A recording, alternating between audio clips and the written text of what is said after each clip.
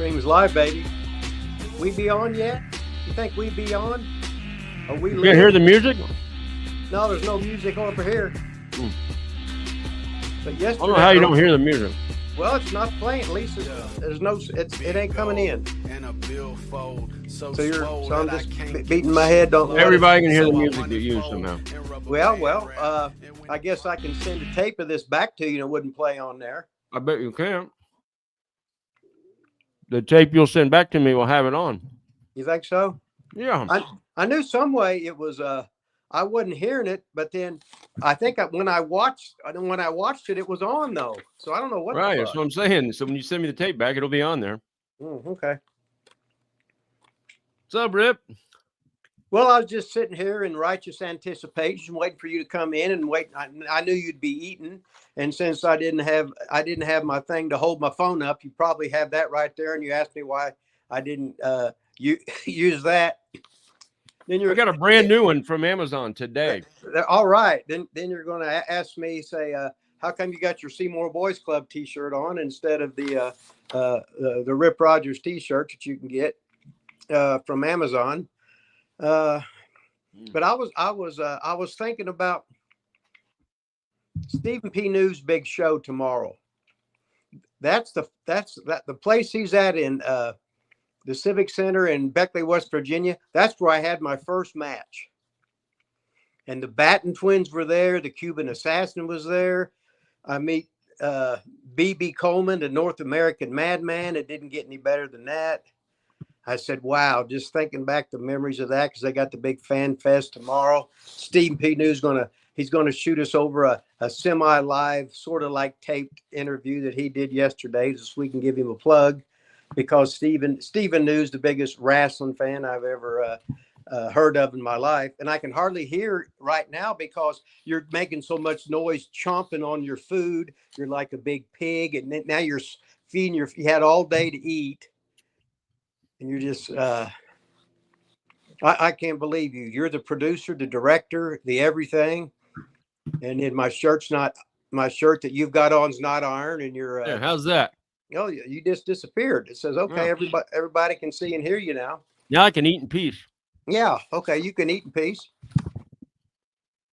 So hell, I just had 2 egg sandwiches. Of course, I burned my fingers because they was a little bit too hot long in the microwave. But what the hell? But anyway, what about our fucking Pacers? Excuse me. Oh, it's past a minute. Okay. What about the Pacers, baby? The Pacers. I'm sitting here riding the bike I was riding the bike at the gym. Well, here's Stephen News popped up. I guess we can just hit a promo on him. I can't hear it. Okay, I can't hear it here either. So I guess. Wait. Hold on, I'm gonna try something. Latest attorney.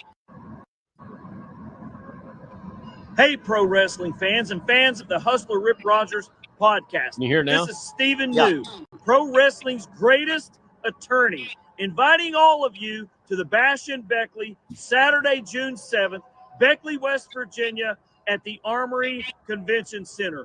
Doors open at 4 p.m. for the meet and greet. Matches start at 7. 8 great matches, over 30 superstars. Come out and be with us. Hustler, I'm sorry you can't be with us this weekend. We will miss you. We'll get you back to West Virginia soon. Come and catch some great pro wrestling this weekend. Beckley, West Virginia. Be there. Well, it don't get any better than that. The number one attorney in all professional wrestling, the inevitable Stephen P. New. He's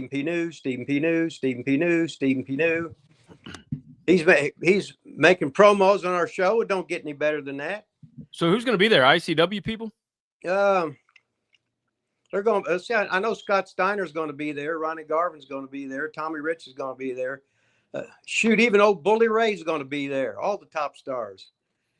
Top stars, not top stars, whatever. It's been, and it's nice because it's got on a lot of the publicity that they put their names so you know who they are. So who's that goofball? I don't know. Well, who's that guy? Well, hell, I don't watch wrestling, but I recognize them. So it's going to be the big show, the big one tomorrow, Beckley, West Virginia. So Could he not afford you to come in, or what? What happened there, man? do what? He didn't have enough money for you to come in. You said, I need more than that. Yeah, we'll just say that. Yeah, that sounds good.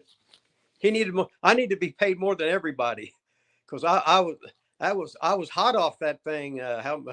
40 years ago, and they're going to have a lot of old arena rats that are now 65. So I guess I still be a Captain America to them. So what the hell, right?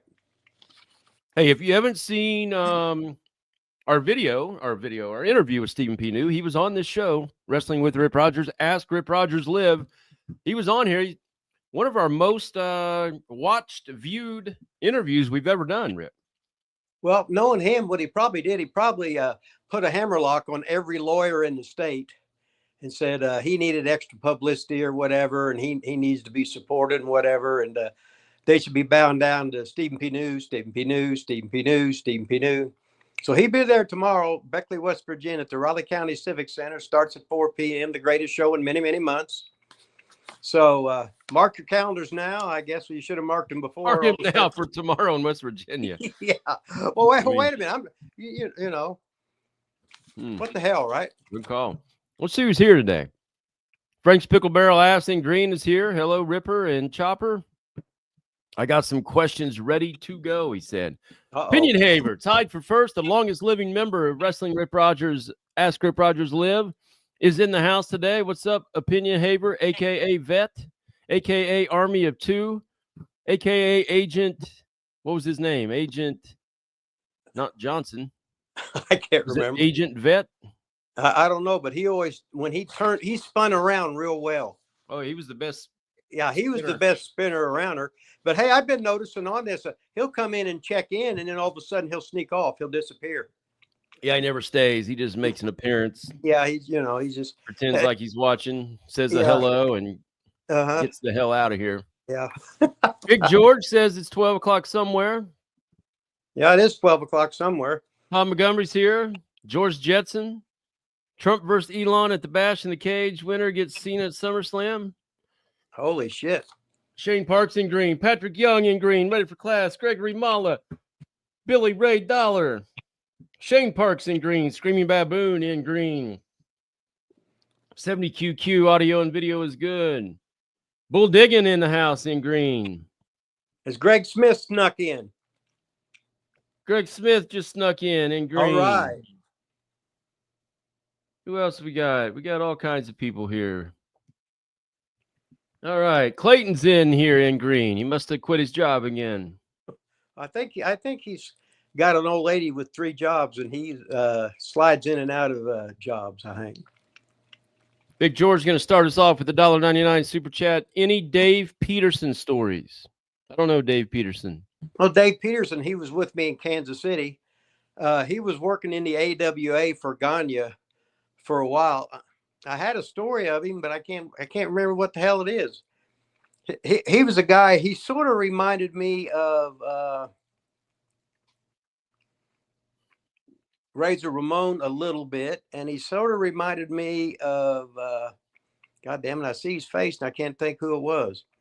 But he was from Kansas City, and he was one of the guys that was trained by the one and only, the world's greatest referee. Hell, I can't even think of his name. Kansas City, he trained all the guys around there. Memory lapse today on. Oh shit, I'm getting worse all the time. It's all a rib, ladies and gentlemen. I wish it was. Shane Parks in from Oregon. Going to be a cool 91 today, he said. Okay, well. Let's see. He said he can't stay long. I don't know. Like we had another question. We had another question here somewhere. Shane Parks, a $5 super sticker. I'm looking to see if he put a question in here somewhere. There's one. Oh, he's got a couple in here. Any memories of King Curtis? King Curtis Iakea. Well, in Puerto Rico, I was tag team champions with Rocky Iakea. And that was King Curtis's his son. As he got older, he looked just like King Curtis. Now, King Curtis was one of those legends with, let's say, he had He got color every match in his life, it seemed like, and he had the world's worst forehead. And as I saw when I was with Abudadeen, he got indoctrinated to that. He had the virgin head when he was in Puerto Rico. And when he left, he looked a little bit like his dad. But King Curtis, he ran around with Mark Lewin and Kevin Sullivan. So, they were up to no good. King Curtis, he's one of the guys that he lived in Hawaii. So he was probably hanging out with the Rock's grandma, doing whatever, this or that, when the grandpa wasn't there, whatever. I knew how the King was, but I'm not going to, but he can't do it right. Anyway, that's old news anyway. Well, that's what people are asking about is old news stuff. I mean, that's kind of what they ask here on Ask Rip Rogers Live. Holy shit. I was riding a bike yesterday and I'm watching that Pacer game on all I want to do is watch the thing where you see the ball go in and it's a little bit behind the time and everything. And they're down. I said, oh, they're down. They're 12. Then all of a sudden I flick it over. Now they're down 9. Now they're back to 12. Then I was losing hope in the fourth quarter. And all of a sudden I flipped it over and there's like a minute to go or whatever. And then all of a sudden, right before they went off my phone, it says 101 anyway. The Pacers won by 1, and then it said game over. So that's all I cared about. So So you didn't actually watch it? No, I just watched my phone, and it'll have the ball bouncing and stuff, and all of a sudden numbers will come up. It's usually like at least 20 seconds delay of what really happens or whatever like that. But that's actually ahead of my TV. I use YouTube TV. I stream it, so that phone app is actually ahead of my TV. It's not behind. Oh, isn't that horrible? I don't look at it. Yeah, that's what I did. But I just sitting there and I'm going, oh shit. Then they hit that score, and I said, well, there's still some time left. And then all of a sudden it goes, game over. And there it was. The Pacers are winners, baby. It don't Once get again. Nobody gave him a chance in hell. I don't understand it really, but well, you got to look at it. And I was hoping they won, but I didn't think they would. I think it's because my sister had her picture taken with Siakam. I think he was rubbing her 4'11" head for good luck, and I think that that helped him out. And then Halliburton, he heard me yelling and screaming at him. I said, "You ain't been scoring, you asshole!" And all of a sudden, he proved me wrong. So he was listening to me. So I think that might have what happened. But you got to remember, the other team, hell, they won 68 games in the regular season, and nobody regular season. Who gives a rat's ass about that? Half the people don't even play anymore in the regular season. Well, they have to have load management. Years ago, guys could play 1,000 games in a row. Wilt Chamberlain could have more minutes, average over 48 minutes in a game because he played in the overtime. They never took him out. But now guys have to, I got this and that and load management, and the pay's the same. I get my money anyway, so what the fuck? It's the league of pussies. Pacers take game 1, never a doubt. You think they'll take the next one? No, but I didn't think they would take game 2 in Cleveland or New York either, and they did. So yeah, you're right. You're right on that. But I thought they'd get blown out in both those game 2s, and they won both of them. Yeah. So no, do I think they'll win? No, but yeah, I don't think they'll win the second. I sure as hell hope they do, but I don't. Hey, we're in the driver's seat now. Yeah. Mm-hmm. Frank, $5 super chat. You had the best coochie. Rhonda. Oh, who I think he meant. Rhonda Singh, Candy Divine, Misty Blue Sims. Let me see. Well, Rhonda Singh was what? 270 maybe? No, shoot. Okay, and then Candy had an above average butt. And then Misty Blue Sims, I never got to feel it in the flesh, so I'll have to disqualify her. So I guess Candy's going to be the winner. Candy Divine, ladies and gentlemen. Candy is divine, ladies and gentlemen. Candy is divine. She was a former in the ICW when we first do our taping. She was as Lanny would say, the beautiful ring girl Candy. And she used to have the crush on Leaping Lanny, so she would bring him stuff all the time, and then she'd drive in and be the ring girl and wouldn't get paid or nothing. But Where was she from? Was she from there? Like, she's from Nashville. oh, Nashville. Yeah, when I was wrestling there, yeah, she was a rat there. Mm. The beautiful ring girl Candy, ladies and gentlemen. Remember her boyfriend was Tom Burton? You remember Tom Burton? I do not. No. Yeah, he was a short guy. He half-ass talked like Dick the Bruiser, was always strutting around, gas to the gills. I guess he had a heart attack and then broke her heart, and then Candy's no longer around, so she's the greatest ex-ring girl IU or ICW ever had. Hmm. Thank you, Frank. Frank's Pickle Barrel Ass. Appreciate that. Screaming Baboon is just putting out names. Miss Texas, he said. Ronda Rousey, he said. I don't know what he's. B. Arthur, he said. B. Arthur? That was on the Golden Girls. What's he talking about? Oh, see, listen to you now. Last week you acted like you didn't know who the Golden Girls was, and now Well, this week I you're looked like, it up B. after- Arthur, Golden Girls. Well, I looked it up Last week after you're like, I that. don't know the Golden Girls. I've never I heard of them. didn't know the Golden I Girls. wrestled at night. I wrestled fucking at looked night. it up. Okay, and what's your fucking point? I fucking Googled it. Now just think when Oh, you now you know wrestle- how to Google too, huh? When did that happen? Well, I just know to push that thing at the bottom, and I Oh, here we go. Here we go. 16. What did it take us? 16 minutes it took us. Oh, he's back. Can't hear him. Can't hear you, Rip.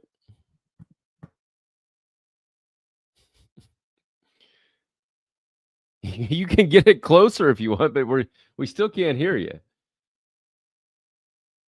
So you're gonna have to like go all the way out, come back in, something again. Man, right when we had the most people on here too. It's too bad. Yeah, start the Rips 80 pop culture trivia. I like that. Yeah. Well, yeah, give me a second to get you on there. Now we can, yeah. Okay. I can't believe it. I turn my phone off, or I silence it, because every time somebody calls, of course it's a spam call or whatever, it just cuts it off or whatever. Yeah. So I don't know how to fix it. So I was trying to figure out how to fix it so I wouldn't do that. Are you holding it right now? Yeah, I'm holding it. Maybe you could send me your address after the show and I can send you a stand. Guess it's not going to matter if you lay down. You don't have a table yet, a chair, anything like that? I got a table, but I can't. I'm sitting on the bed. I'm sitting on the bed because my back's all hurt. Because I've been in beds too long with my leg propped up. And so big chair, maybe we get you a big chair or something put in there. Yeah, I don't have it. I don't have a big chair. Don't have a big chair. Can't hear you again. You can't hear me again? You're back on mute. Oh, there you are. Now we can hear you again. I didn't move. I didn't touch anything or didn't move anything. I'm just telling you. I mean, okay. Unless you're ribbing me and just going. No, I guess it was you eating a sandwich, but I couldn't hear it. So what the hell, right? A long time. Hey, I'm all enthroned with everything going in this world because I can't wait to get on my phone every minute of the day to see what the Angel Reese and the Kaylin Clark thing. Angel Reese I think she's the greatest basketball player in the world that's female. Hell, she was saying she could play in the NBA if she wanted to. Who said that? Angel Reese did. Yeah, she's ready for the men. She says she can dominate anybody. She can't dribble. She can't run. But she's horrible. She can get. Hey, she gets them double-digit rebounds because she misses 8 layups and it bounces right back to her. But she's equal opportunity. She can't make a right-handed layup or a left-handed layup. So what the hell? Big George says, is there a pro or con to date and marry wrestlers, valets you work with in the business? You've done it? Huh? I said, you've done it? What'd you think? Pro, con, didn't like it? It's definitely a pro if you can get along with them, but it's a con if you can't. Because then why would it be a pro? Just because you're in love and on the road together and just that's why? Well, it'd be like you're in the car and you're telling your old lady to drive because she's your valet and you want to take a nap, and then she can get out and pump the gas and stuff like that, and when you make a stop, she can go in and get your food and bring it out to you. You can still be there sleeping and stuff like that. And then since you're right there, and she's only been gone for 7 minutes, you could only be screwing around on her for that 7 minutes. So she's probably got enough confidence in her ability to keep your manhood tamed like that. So it's cool. And I figured you'd be totally the opposite. Like, why would you want a woman on the road? Then you drive with the boys, ride with the boys, tell stories, hook up with rats, all that kind of stuff. I figured you'd be way more into that than having your love with you all the time. Well, when the love of your life's driving, if she was driving with me, then she would have a mouth and could talk like a sailor more than me, if need be. Yeah, it's not the same. It's not the same. It's not the same. Well, you was the legendary Vaughn Lilas, like when you'd run Muncie, Indiana, which you were the king of Muncie, there would be probably 197 students, and recent graduates of where you was teaching at and everything. They had all come back to see their stud, their coach, their former teacher, the man they would go to bed thinking about every night as they were 18 years old, and now they're 21, but he looks even better. He's 6'6". He's got the big arm. He's got he put the gimmick thing in his beard, so it's sort of dark. He wears the kayfabe hat, and the king's still around plugging the grab bags and stuff. So it's just a great day in the morning. Frank's Pickle Barrel asked $2 super chat. What kind of car did girl drive when she ran you over? I didn't really get a chance to see it. I mean, I got the license plate number, but I didn't. I wasn't going to go. It was a 57 Chevy. Oh, it was a 64 Chevy Impala or something like that. I saw some headlights and boom, and my ass went down. And then my ass got up, and I told who did I tell that to? Remember this? Oh, it was the guy that got me the job at UPS. Dr. Mike is Dr. Mike Brown. Used to go all the wrestling matches at Indianapolis all the time. So he got me that job. Said, Dr. Mike, write this down. He goes, what is it? I said, this is the fucking number of the girl that ran me over. As we found out later, unemployed, uninsured, no license, in somebody else's car. What happened to her? Nothing, ladies and gentlemen, nothing. All right, that's American justice for you, baby. I can't believe you got the license plate. That's pretty impressive. Well, my eyes weren't as bad then, but yeah, that's the only thing I said. Oh, if I don't get this, and then they said, well, it was some driving somebody else's car, but she didn't have a license and insurance, and nothing happened to her anyway. I went to I would go to the court where they was going to, and her court-appointed lawyer, whatever. Every time I would make a trip down there and go in there, they would postpone it. Right? They just kept moving it. I just got tired of it. I said, "Fuck." He said, "She ain't got no fucking money anyway." I said, "Well, I should have." Coulda, shoulda, woulda, but I just got tired of going down there. I said, no matter what, my hips are messed up. I'm done with anyway. Nothing I can do about it. Thanks, Frank. Appreciate the $2 super chat there. Did you ever have, like, what was your favorite car? And did you ever have like an expensive car back in the old territory days? Did you ever, like, you hear people buying a Cadillac or whatever? Did you ever? No. No, I had, let's see, I would always get my mom's car or my grandma's car that I would get.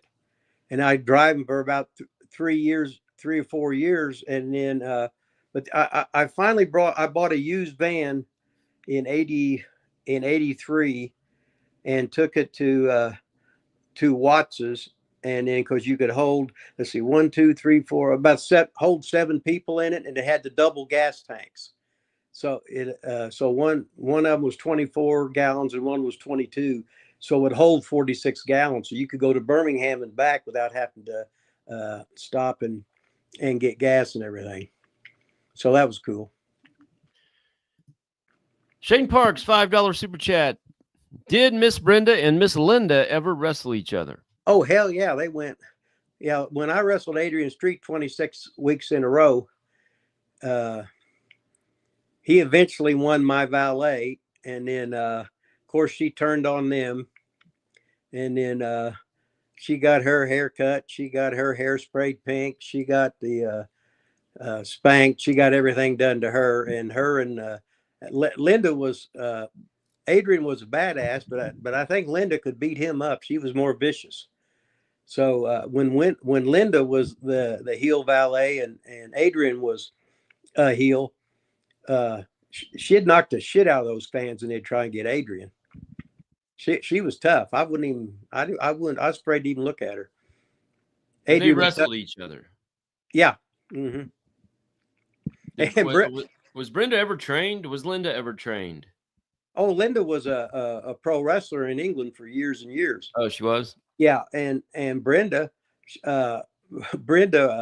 she knew how to work, but not standard wrestling, because she was a real black belt in kung fu, and she knew real wrestling and everything. But I said, well, you're supposed to act like a sissy, so you don't be doing that. So do your karate bullshit and then look stupid when you're out there because you're the heel. So that's what we do. We just had 47 people on here, Rip. Pretty good day today. Well, you know, William Lynn in the house. William Lynn with a $4.99 super sticker. He's got a question. Welcome, or good to see you.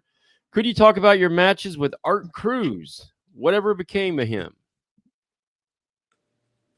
Well, I knew he wrestled in Portland, and then he come down and was working for Bill Watts. The first night he came in, I came in. And since he had just come in that day from Portland, and I'm going to go 20 minutes with him, I said, hey, you just come in from Portland, right? He said, yeah. I said, I used to be Buddy Rose's partner. He says, oh, yeah? I said, yeah, we'll do a lot of Buddy Rose stuff. He said, that's good, because this is when he had come in, I'd come in. We were in separate dressing rooms, and they'd tell you what to do in the ring. And we'd never seen each other before, but it was just like another day at the office, just sticking to basics. I said, nah, do this, do that. If you can't do it, just give me the Iggy and I'll change it. He said, all right, I like that. So he was a good boy. He was a good pro. He wrestled around all the territories for a long time. No complaints about old Art Cruz. All right. Thank you, William Lynn. Tom Montgomery said you had an Olds back in '99. It was a tard box, LOL. It was what? A tard box, whatever that means. I worked at Swifty. Everybody said that's Rip Rogers. Yeah, I used to go to Swifty, but there's a lot of Swifties. I guess it was the one out by the old the Von D Theater, Stardust Theater, the outdoor theater out there. I think that was probably gone before you was even. No, I went to the all-night drive-in in high school, freshman in high school. You go out there and just get hammered drunk and stay all there all night long. Yeah, we called it the Finger Bowl. Yeah, it was awesome. I don't know how the King ever let me go out there as a freshman in high school. And oh, that's awesome. Because it didn't start until dark in the summertime. You know, dark was 9:30. Yeah. And they would do like 3 movies, and we would just stay out there and just get hammered. I would buy a case of Milwaukee's Best for gosh, I can't remember now. It was like $5.24 or something like that. And then we would sell them for $1 a piece. So we'd buy a case for about $5 and then sell them for $24. And take like 3 or 4 cases of Milwaukee's Best out there. Make some good money. I remember I'd go in and I'd have usually one guy in the trunk, one guy in the back seat with a blanket over him laying down. But I think the record was getting in 3, sneaking in 3.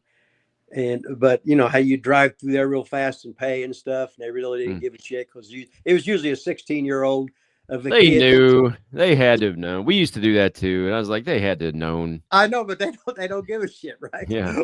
Or you tell them you'll buy them a Coke and they'll let you in. That was awesome. Sneaking in to drive in.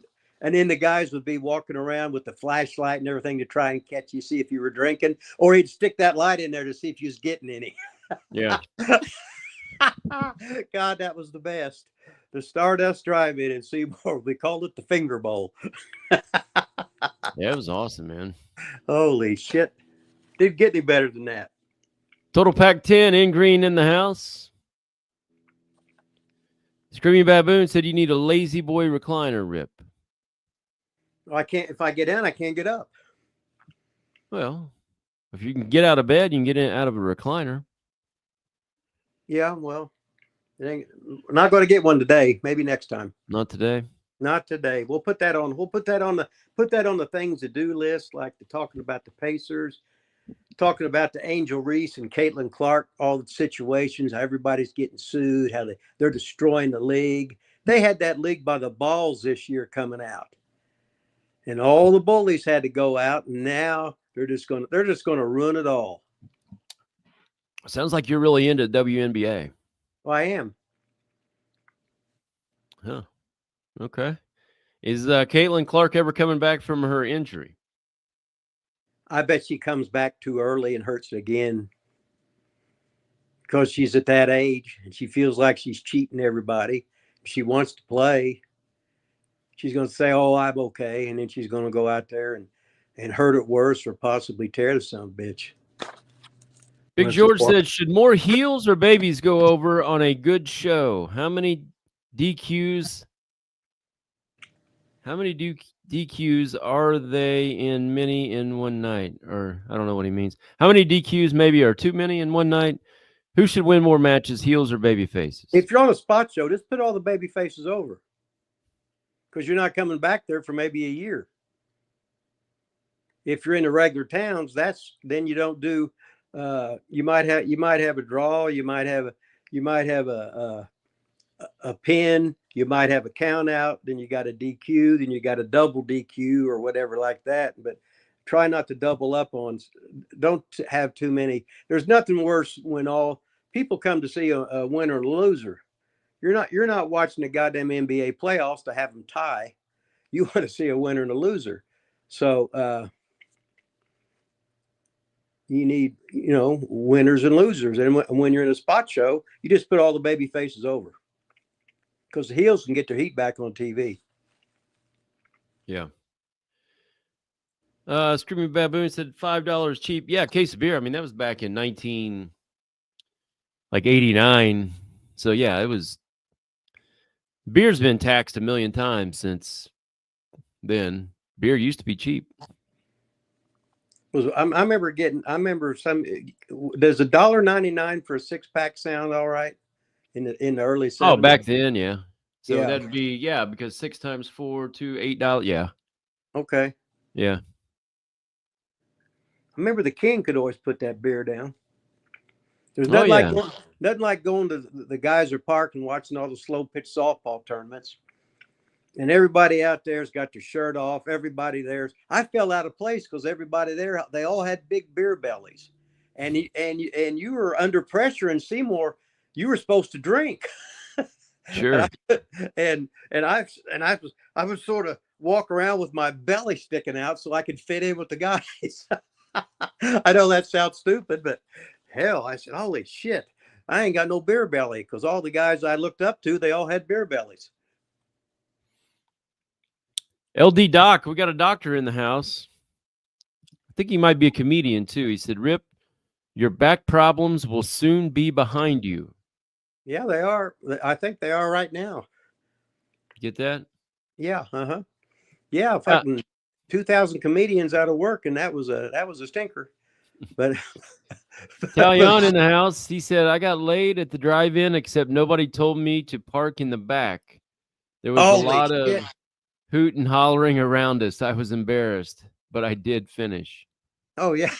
As long as you get yours, that's all that matters. But yeah, you learn in the drive-in, like up close to the thing, they would usually have like the playground stuff, the teeter-totters and the swings and stuff where they would have the younger kids in there. But if you wanted to get some, you're going in the back row. So all the pervs with the flashlights, they wouldn't mess with the cars up front. They'd go strictly back row and sneak up from behind. They'd turn the light off, and all of a sudden they'd shine it in there, trying to catch some from tit eyes or wormage, one or the other. Bull Diggin in green said, did Rip keep his physique during the time he was not eating, and how did he do it? I guess he's talking about when you didn't eat for like 100 days, 150 maybe. days. I didn't work out. All I did was isometrics. You didn't work out at all? No, because I didn't. I just had the water, the 1 glass of skim milk, the 1 glass of orange juice, and the can of chicken broth. So anything that I would have done, I would have just. I thought it would be. First of all, I wanted to take a break and see how, and I didn't go. Once I started working out 2 weeks again, it all came back where I was before. So I wasn't scared of taking the time off anymore. Got it. Hey, did you see anything about R-Truth getting released? Any comments or anything on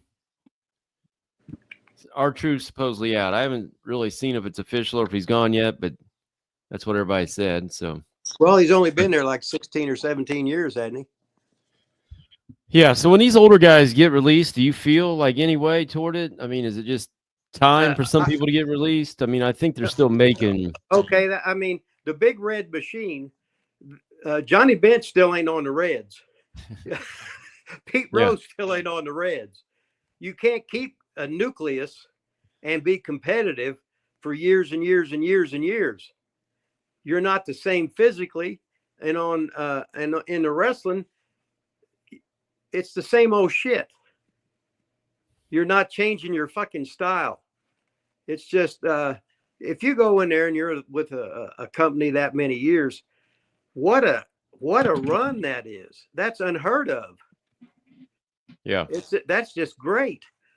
Hell, I used to. How many times I would go to a territory and try and stay there. No, I was at Puerto Rico, 11 months. I go to the Maritimes for 4 months.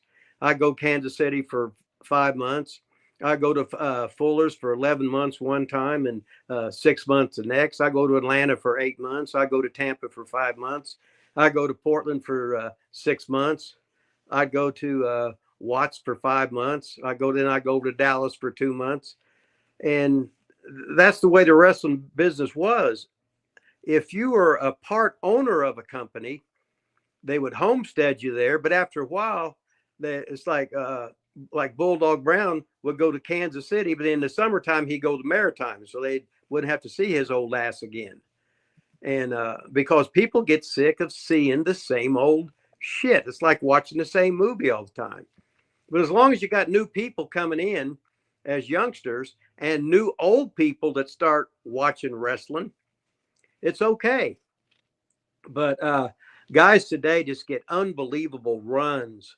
They're making so much. Hell, they got guys. They make more money in a year than I made in 5 of my careers. Put it that way. And are they any good? They're not as good because they don't get the reps in. They don't have to learn. They're either trained at the performance center by guys that have only worked one or two styles anyway. But I'm not mad at them. I got to do what I wanted to do my whole life. So what the hell? All right. I need a good question. I need a question out there. I gotta go help my daughter for a second. I need a question so I can run downstairs real quick. Somebody give me a good wrestling question. Got no good wrestling questions? Hey, I seen on my phone today where WWE, they're going to get $150 million deal for the big Saudi Arabia for WrestleMania. I don't know if it's the next one or the one after that or whatever. But if the stuff you read in the phone, 99% of it's all bullshit anyway. I seen where the Miz got fired, and one said the Miz got dead. Jade Cargill fired. Triple H and The Rock fighting. Triple H is a racist. Wow. Yeah, I've seen a lot of that lately. Yeah, I said, oh my God. Yeah. All right, here's a couple questions, and then I'll be back here in a second. Patrick Young says, "How did the squats during the show in Smoky Mountain come about?" And Frank said, "Did Brett wrestle the same as the Cowboy as when he was the Hitman?" So Bret Hart, Cowboy, and Hitman, if he was the same, and the squat deal with the Smoky Mountain. Okay, I'll tell you the story about the squats to begin with. Okay, first of all, the squats to me was a rib, as I did 5,000 in a row, which took 2.5 hours just to do it to see if I could do it. Then I did 5,000 knee pull-ins in a row after that, which took 2.5 hours. So that was a rib. But what happened? Cornette calls me on the phone.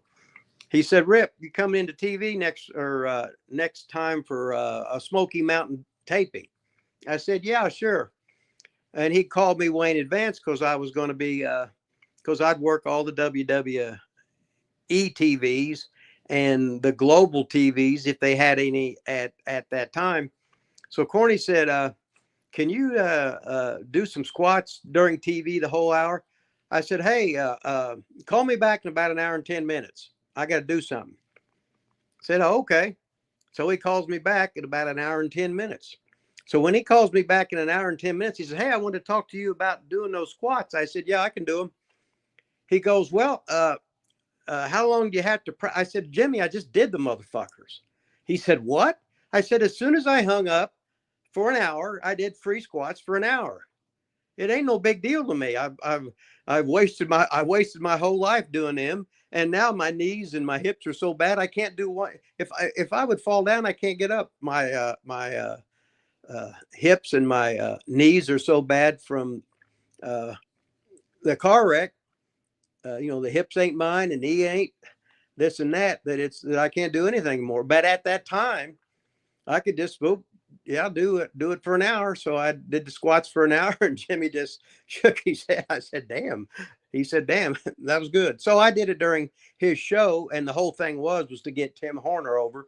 So I'm out there doing them during the whole thing for Smoky Mountain Wrestling. At the end, as we're ending up the show, he pulls a chair out, and I take a bump, so I lose. Right, I bet everybody that I was going to do squats the whole hour, so I actually lost. So I was being made fun of, and Tim was a hero. Then we had another question on there. Hell, I can't even remember what it was. Let me see. I forgot about it already. But anyway. All right. I'm back. Okay, I forgot. I was all that time talking about the squats. And what was the other question? Bret Hart, how did he wrestle Yeah. as a cowboy? Yeah, I never seen Bret Hart wrestle on TV when he was Cowboy Bret Hart. I never seen him like that. I just saw him when he was Bret Hart wearing the pink and black and whatever.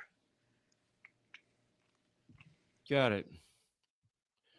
Screaming Baboon says, "Do you get prostate exams?" I probably need to, but I don't. I really don't go to doctors unless I have to. But if I did, I might have given a little bit of lubrication in there, and I might enjoy it a little bit too much and sort of ease myself back towards him or whatever. But I remember the first time I got one of those, I said, "Holy shit." It hurt, but it felt good. So I didn't really know which one. I think the doctor had that big thick finger in there. I think he was finger popping a little bit though. Did you go back and get a second one just to see, just to make sure? No, I should have, but only Dr. Calhoun was in then, so I wanted a big hand. I used to think that Jerry Calhoun was the same person as Dr. Calhoun. Like when I was a real little kid, Jerry Calhoun, the referee. What was Calhoun, the doctor's first name? It was just Dr. Calhoun to me. I couldn't remember. Was it Jerry? No, no, his kid was a swimmer on the Olympic team. Remember that? Yeah, but that's not the doctor's name. I thought as a kid that it was the same person. I thought I couldn't ever figure out why the referee on Channel 3 Wrestling was also a doctor in Seymour. Oh, okay. Yeah, I get that. Yeah. Jerry Calhoun, right? Okay. Yeah. It's like I said, now who the hell's Jerry Calhoun? When as a doctor, I couldn't think of it. Yeah, Dr. Calhoun. Yeah, that's awesome. That'd be Rip, like did you ever wrestle Iceman King Parsons? shit. I wrestled Iceman King Parsons a whole lot because I was in Portland when he just come out of Dallas at the wrestling school there, and he lived at the Bomber with all of us, and he was the only black man in the territory, and of course I initiated him a lot, but he's a hell of a storyteller. He's a hell of a storyteller now. Iceman King Parsons. Elton Owen loved him. Was he ever in WWF, whatever? I don't know. I don't think so. He didn't really travel that much. He was always, when they had the Dallas territory and the Watts territory, he could go down there a lot. He was a good guy. We had some fun with him. And then Elton Owen was lecturing him about now King, you're gonna have to watch it with the white women now. He says they got a lot of guns around here. That's awesome. Iceman said he didn't say, he says he kidding me? I said, oh no, that's just Elton. So one night, you know how Piper would get me to get in pay in the pay line twice. I talked Iceman getting into it twice. Now you can imagine if you was Elton and he just paid the only black man in the territory. Yeah. And then 4 guys later, he gets back in there. That's funny. And he didn't bat an eye. He just, hey, King, how you doing? Okay, let's see his first match. And I said, I can't believe that. But Piper said, I told you he could do it. He says, because Elton's like me, he couldn't remember nothing then, like I can't remember nothing now. Wow. Doug Tate in the house from Seymour. Doug Tate says Charles Calhoun. So Charlie Calhoun, that's right. okay, so Doug Tate was I think Charlie was the kid. Doug Seymour, doctor. Was it Charlie? Was the kid Charlie? Were they both Charlie? No, Patrick Calhoun. I remember Charlie. Patrick. What was the referee's name? Was it Charles? Charlie? No. The referee was Jerry. Jared. Yeah, never mind. Jerry. Yeah. Oh, so it was okay. Never mind. I'm Vito Andretti in the house today said that yesterday was Joe Wheeler's birthday. Happy birthday, Joe Wheeler. Yeah, I sent happy birthdays to Joe. Smoking Joe Wheeler, the former OVW senior referee Joe Wheeler. And Robert Briscoe was junior referee. I guess so. I love Joe, man. I thought Joe was awesome. I like when Joe and County go right. Yeah. And the time he would do all this, he said, "I bet you won't chop him. I bet you won't chop him again." Doing all this. Oh yeah. Joe Wheeler, ladies and gentlemen, that was awesome. Now, was he a referee back, like in the Memphis area? Like, where did he come from? Was he always just an OVW? Or? Well, I see what they would do then. Everything was, it was like through the commission and stuff. And since like if Jerry Houghton was coming into town every week and he was on the rest of the loop, they would Joe. They might have used 3 referees sometimes, but usually 2. So maybe they was bringing Jerry Calhoun in from Memphis, and he was in Louisville every week. But then Joe would get some work on the side, especially if you went down and you put the commissioners over all the time. They like I used to do, and Kelsey McClure would get me. He would force Bruiser to book me. That was awesome. Vito said that Joe was a singer when he was a kid. He had an album and everything. How did he get into wrestling, Vito? How did he get into OVW? Was he somewhere before OVW? Did he do USWA? How did Joe get into the wrestling biz anyway? And then Ray Ramsey, where'd he ever come from? I was like Ray. Ray was always the one always egging me on to chop people too. Oh, was he? Oh yeah, Ray's one too. I don't know. Like He would do all kinds of shit in there, but something ended up happening with him. He do something bad stuff, or am I thinking wrong? I don't think so. I never heard anything about it. No. I couldn't imagine him doing any bad stuff. I mean, I don't want to spread false rumors here on Ask Rip Rogers Live. Yeah, it could make somebody be unlived. Somebody could be shooting somebody. Hey, well, let's not go that far. Shit. Well, you know how it is. Good Lord, Rip. I just you got screaming. And you go to getting us banned from YouTube from just a little comment, man. You got to go over the top, extreme. Oh, okay. I think it was Nova's birthday yesterday too. Yeah, it was Nova's birthday yesterday, correct? And Joey. I think they were on the same day. Well, that's like a super day, you know. Yeah. Rip, what was the reason for not eating? Greg Smith wanted to know. I wanted to see how disciplined I could get. After 3 days, there was no hunger, and I just kept on doing it and doing it. I went 150 days in a row. Then I ate 2 days, and I started it for another 2 weeks. And I said, "Oh, I'm bored with this. I proved it to myself what I can do." So if I just knew after 3 days there was no hunger, and you could be in any buffet, and you could be sniffing it, smelling it, and the food almost made you sick. But even after all that time, I was still shooting out solid turds. So I said, "Man, I must have been really full of shit." Well, ain't that the truth? Yeah. Billy Ray Dollar, $4.99 super sticker, super chat after that. He asked a question a little bit ago. So here was the $4.99 from him. Ray Ramsey was the DI drill instructor and the masked proctologist. Okay. He get any trouble? Why do I think he got in trouble? Did he get any trouble later in life there? Andretti? Let me know. I remember Joe working USWA before I started at OVW. So he had been around a while before I got there in 96. So apparently Joe did do some USWA stuff according to Vito Andretti. I was thinking so. Joltin' Joe Wheeler, ladies and gentlemen. How do you think Briscoe ever got hired with that eye? That'd be how do you ever get hired to be a referee with that eye that didn't? Well, he was that was a good character.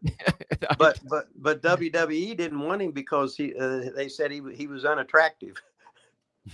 Well, I mean, I was kind of ribbing, a referee with a lazy eye. I mean, good rib, Hey, and Handsome Jimmy would start out cock eye. Fucking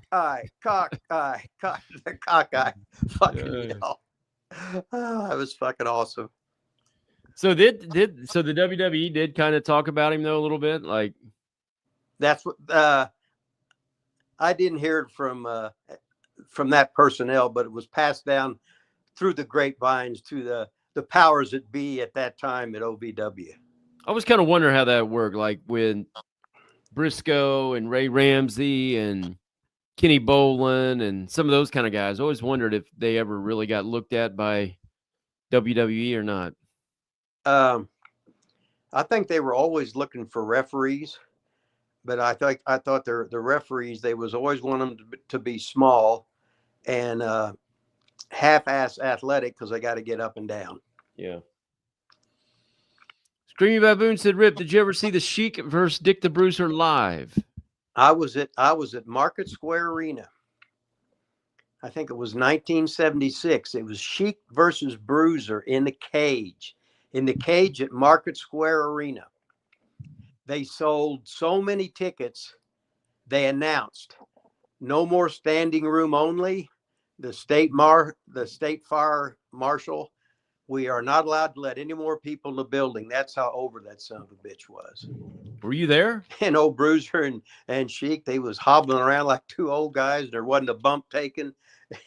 And all of a sudden it was Bruiser's son, Carl, come running in as the masked strangler. He opened the door and blah, blah, blah. It was a DQ in a cage match. It was probably the best house Bruiser ever had, and probably the last one. They probably killed the town with that thing. It was. Were you there? Yeah, I was there as a fan. Wow. There was no music. complete silence, and the sheik comes out. Nothing but booze, and he's doing the prayer rug. Then Bruiser comes out. All it is the one spotlight, but he would have all the bodyguards surrounding him, acting like the tough guys, protecting everybody. I'm trying to think. I can't think of the guy's name that always let Bruiser out, and he would wash Bruiser's car, and he acted like a big shot with the pictures at that time. Romer? This is when Romer was a photographer. Dave McLean was a photographer, and one of the other 4x2s that Romer knew, he was a photographer too. Memories, baby. Being in the stand. Did the Sheik use the gimmick on Bruiser? Oh yeah, that Bruiser or Sheik didn't have a match without his gimmick. All those years, they never searched him, and he would always pull it out. And why did they do that finish? If you think it killed the town, why? What? Neither one of them wanted to lose, or well, it was Bruiser's town, and then he didn't want Sheik. Sheik never lost, and then Bruiser. The only time Bruiser would lose if you had a Texas death match with him, you might beat him 5 times in a row in 3 minutes, and each time he's adjusting his trunks as he's taking the 3 count, and then he beats you up and dives off the top, the knee drop across the throat, and all of a sudden you get up for the 10 count, and you're the goddamn fucking winner. But it was when you were the fans, it was just so much fucking fun. You didn't know what a good match was. You didn't know what a bad match was.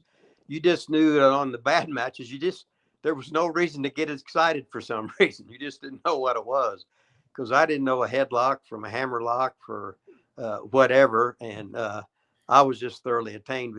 It was the atmosphere is what it was.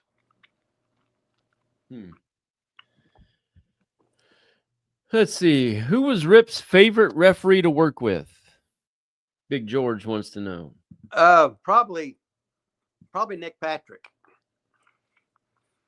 Nick Patrick in Atlanta, and he's going to be on here with us someday. He has to watch his son, and his mother's in like a nursing home or whatever, and he's got to watch her all the time too. But I got with him last week, and he texted me back yesterday. He says, don't worry, I'm still here. I'm working on that, see where I can get somebody to take care of my mom and my son.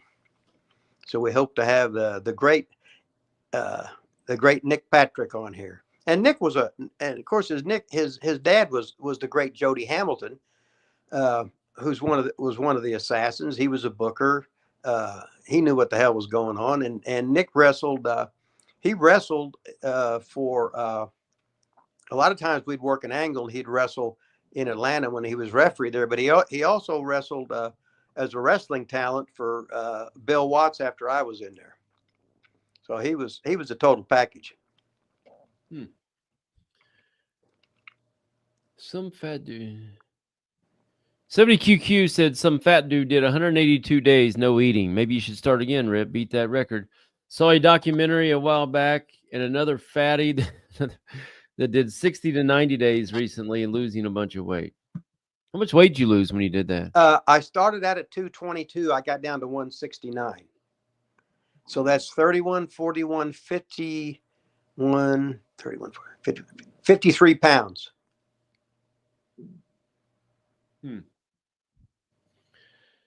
Let's see.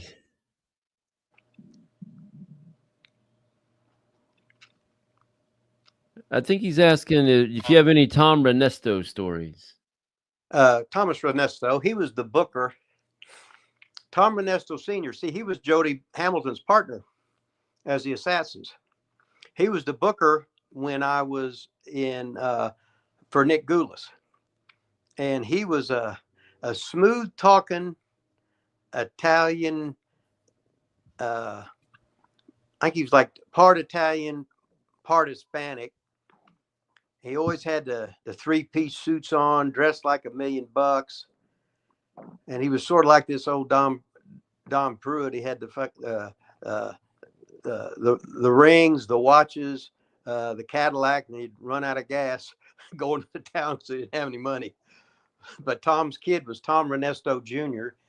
and he was a referee for Nick Goulas when I was there.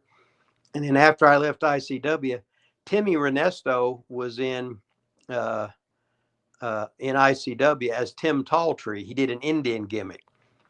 And I met Timmy Renesto when I was working for Nick Goulas. And I went over to his dad's hotel room, and there was everybody playing cards. Timmy's 14 years old, smoking cigarettes and drinking beer, and he's 14 years old playing cards with all the 20-some-year-olds. And I said, this is the kind of business I need to be in. He was just cooler than shit. I don't know if he could read or write, but that son of a bitch he knew how to talk shit to women. He was cooler than fuck. Was who were the assassins in Memphis? 70QQ want to know. Was Jody Hamilton one of those? Who was the other one, you know? Probably. I don't know if Jody was or not. There was a whole lot of assassins. Usually Roger Smith was one of the, anything with under a mask, it was usually Roger Smith. What else did he do? Do I know Roger Smith? Well, I'm trying to think of the other character. If it was Destroyer, it was Roger Smith. If it was an assassin, it was a Roger Smith, and maybe Tom Ernesto would be there because Jody was down at Atlanta and he was still wrestling, or he might have been working in the office there or whatever. But almost every territory would have some assassins, and they were all different people. Billy Ray Dollar's got a good question, and it comes up a lot of times. People say, "Did you wrestle so and so?" And you always say, "I never wrestled him. I was a heel. He was a heel." Yeah. So the question is, being a heel, who were some of the other heels you would have liked to wrestle that you never got to wrestle because you were both heels all the time? That's a good question. You mean if they were a baby face? Well, or just having a heel match. Oh, I would say I wouldn't say, I don't know. I don't know if that's what he really meant. Just a lot of times, some people you thought would be cool to wrestle or whatever that you never got to. It really didn't matter to me because I found out after a couple of years in the business, a lot of the guys you think are real good, they're not. And a lot of the guys you think aren't very good, they're real good. And usually they're stuck to working underneath because they could have a way, way, way above average match with somebody's son or cousin or the booker's grandson or whatever like that. You could work with anybody, and you'd usually get punished by that. Where it's like just using Ultimate Warrior as an example. Worst pro wrestler in the history of the fucking world, next to George Goulas. Warrior had a body, and that was it. The rest of him was no thank you.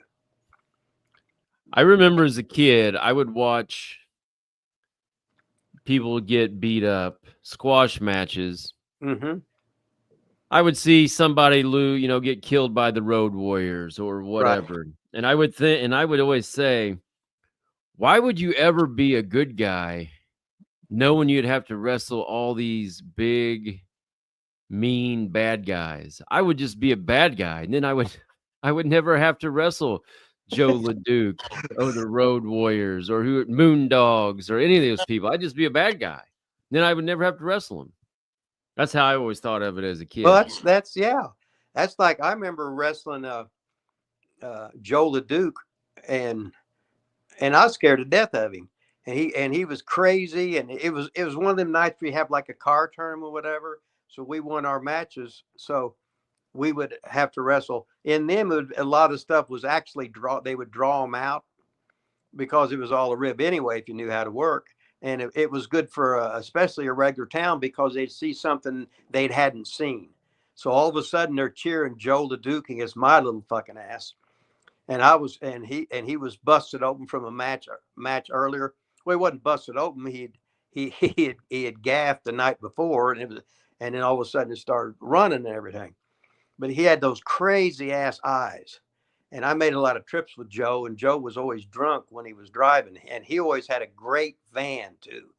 And he was one of the guys that could drink, and he'd be going down the highway. And I said, Joe, you are allowed to look at you are allowed to look at the road a little bit. because he was speeding and he was drunken, and everything he did was for effect. And especially when he had that Canadian accent, and when he'd start screaming at you in French, oh my God. But I thought he was going to kill me, and he hit me, and he exploded, and he didn't even touch me. He said, "Oh, you didn't know I was that good." I said, "Oh, thank you, Joe. Thank you." But he was great. 70QQ said Roger Smith Mm-hmm. was also Dirty Roads. Remember Dirty Roads? Yeah. Right. Yeah. Now I know who he is then. Yeah. Let's see. Italian said, I watched the match Fritz Von Erich versus King Kong Bundy. Fritz won by pinfall and Bundy had hair. It was the shit. That was the hair match. That was the hair match. Had Bundy had a hair match. That's how I lost his hair. To Fritz? Yeah. Uh-huh. Fritz was the most over Von Erich there was. He was the boss. So he'd come in when his boys would get in trouble. Then he would come in as the enforcer or whatever, and then they'd all do the claw and the triple claw and all the guys, and Bundy had to get his head shaved.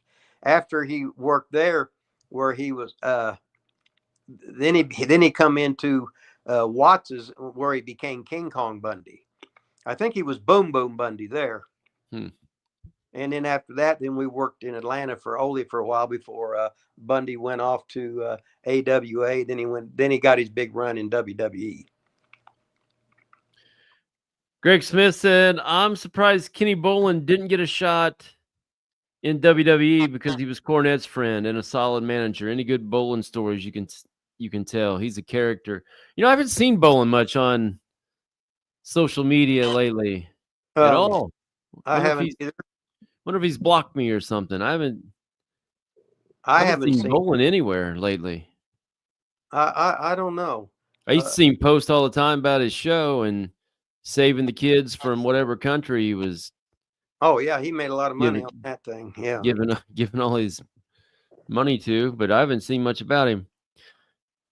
Were you ever thought Bolin would make it in WWE? Any Bolin stories? Anything about Kenny Bolin? Well, he was a character. Let's put it that way.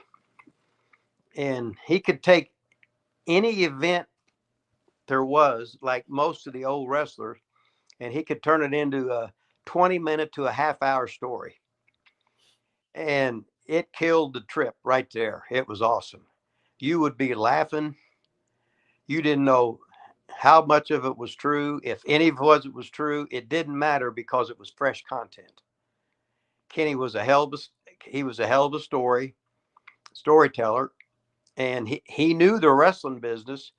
Him and Cornette were like the Wonder Boys of wrestling, whereas of just getting in and picking everybody's brain and trying to learn the business and everything. It was hard for Kenny to get a job because he was so fat. He made the wrestlers. He was too big. But then again, Dean Hill was too big to be announcer, and Golden Throat, he was one of the greatest announcers. I said, Dean, if you stand by us, make sure you get on your knees or whatever, because hell, what was Dean? At least 6'3"? Dean? Oh yeah, no, taller than that. What? Yeah, okay. He was like my height or taller. Yeah, I thought he was about 6'5", but I said, well, hell, maybe I'd shrunk a whole lot by then. It was only 6'3", because you know how the wrestlers are. It'd be like Rocky Johnson telling a story. He's even better than Dusty telling a story. Rocky was so good. It was like the movies. Some of this might be true, but he'd make the trips go fast, so that was cool. Yeah. I thought Bolin was good on the commentary. I liked him better on commentary and the old OVW stuff than I did as a manager. Yeah, he was good. He was good on commentary. He was multi-talented in the commentating thing. Yeah, he was good. He was on Rico's podcast. Good guest on a podcast. Well, I mean, if you like to hear him talk, yes, he would be a good guest. Yeah, well, it's like, no, we had to cut him off. No, he would hijack you. So I just said, well, let him talk the whole time, and then we just didn't play it. No, I said, no, we got to get questions and this and that or whatever, and you're a guest, you're not hijacking it. So I just said, let him hijack it. We just won't air it. You learn your lesson about that. Yep. Yeah. Vito said Kenny doesn't let the guests talk. Kenny doesn't let anybody talk. I like Kenny. I'm just telling you, I would tell Kenny he talks a lot. I mean, surely he knows he talks a lot. Yeah, well, he's making sure he gets over. Now, I'm not going to say this, but Screaming Baboon said Kenny Bolin is a liar, a thief, and a con man. Well, all of the above, yes. And what's your point? Who don't know that? I didn't say it. Greg Smith said Sheik killed his own territory because he wouldn't put anybody over. Once he beat Andre, the fans stopped coming. That's pretty much it. Sheik wouldn't lose. There's a time to lose. Sean, whoever Sean is, said, welcome, Sean. I think I do remember you on here once. Said Kenny will ask you a question and then answer it himself. Yeah. Now the Sheik had a great territory for years and years, but it was basically the same guys. He had the Detroit, then he had the all the Michigans, Lansing, Saginaw, Grand Rapids, stuff like that. Then he ran Toledo every Tuesday, and he ran Columbus. He ran Canton. He ran all those towns that Ole would run in the tours. Before that was all the Sheik's territories, and you had to pay. And the Sheik, what he would do, he left a lot of TV bills. So then they had the ban on all the wrestling there. So if Ole wanted to get those local TV stations, he'd have to pay some of the Sheik's back bills. And that's what he did. But then all those places were starved from major league talent that was on the Superstation. And then he would put the same tape on the local markets and put the localized commercials on there and everything.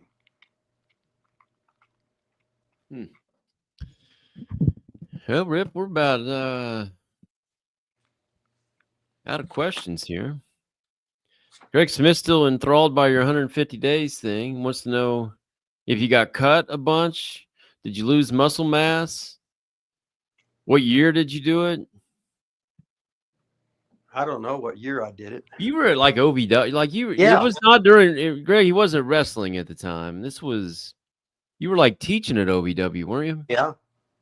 I can't remember if you were with contract at that time, like a WWE at that time or not, but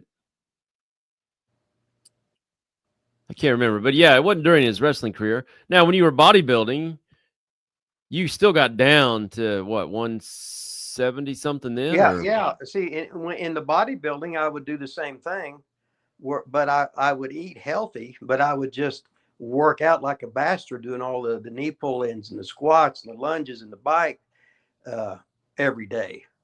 So I'm doing that, plus doing all my weightlifting for my other body parts. So I was training an average of 5 hours a day to begin with. And normal people don't do that, but I was sort of nuts. But I would get down to usually about 172 and a half to 177 when I was bodybuilding. And then 3 days later, I'd gain all that weight back because I'd dehydrate the last week and I'd lose 10 pounds. So I might be 182. And then all of a sudden I'm 172 and a half going on the stage. And then when the show's over, you eat like a pig for 3 days, and you're sick of eating. And all of a sudden you're back to 222 again. And then the guy says, hey, some guy was in a contest. He looked just like you.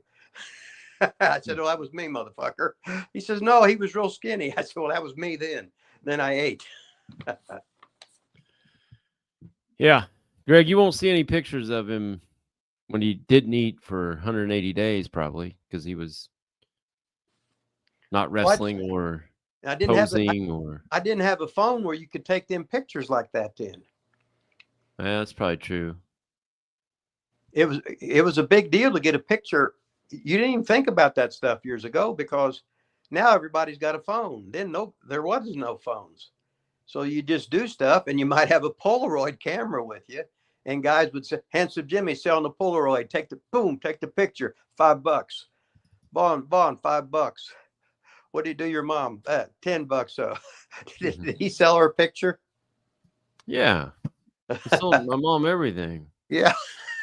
What if she wanted it or not? I mean, it wasn't a Polaroid, but yeah, but years ago, everybody took the Polaroids with them. yeah. Yeah.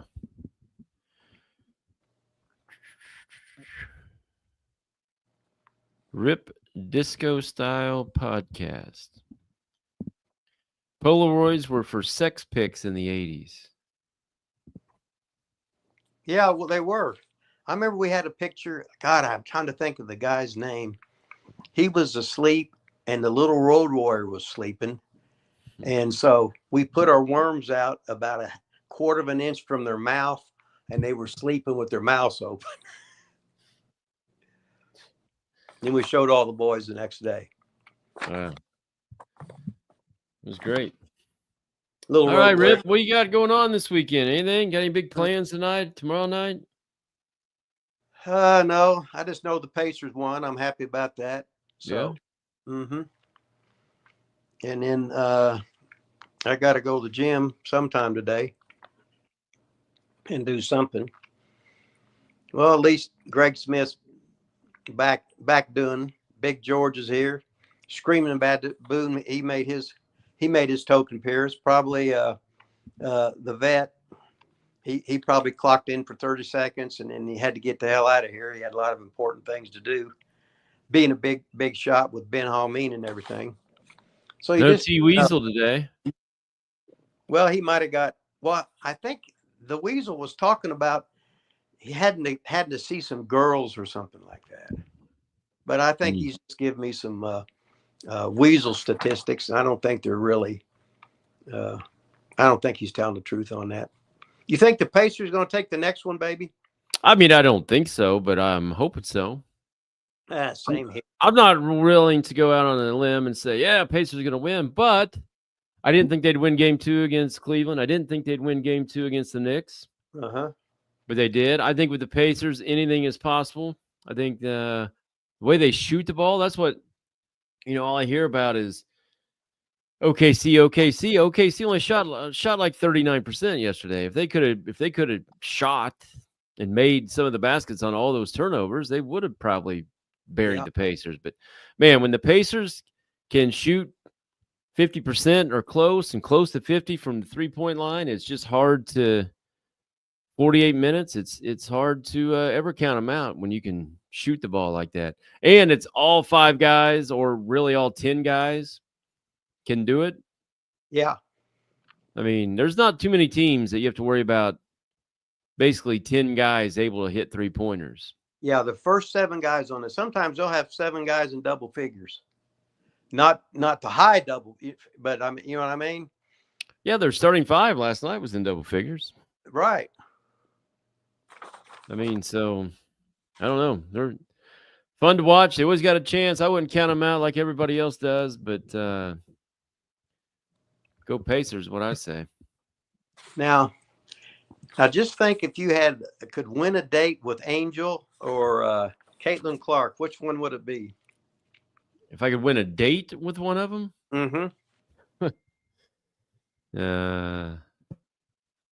No comment. You answer that question. Oh, it would have to be Angel Reese. Oh yeah. Oh hell yeah. But she'd be bitching about something. I'd have to. You want to punch her in the mouth to shut her up, or just tape her mouth shut. Yeah. All right. Well, let's see. Thanks everybody for being here today. Thanks Shane Parks, Frank's Pickle Barrel Ass, George, Big George, Frank again, Shane Parks, William Lynn, Billy Ray Dollar.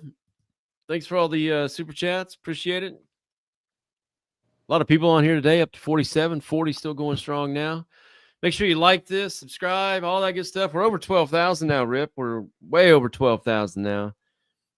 And keep putting the comments on here. Get this thing going and look and have Bonline sit up straight so you can see the shirt that I didn't bring that he's got there.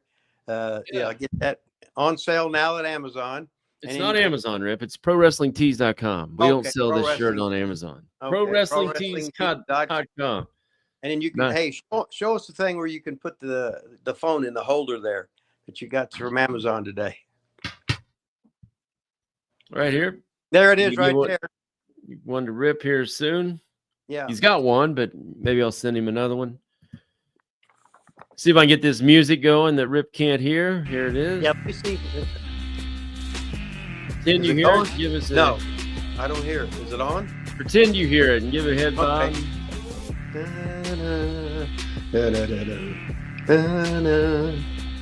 But I don't hear it. But I play this back, I'll probably hear it.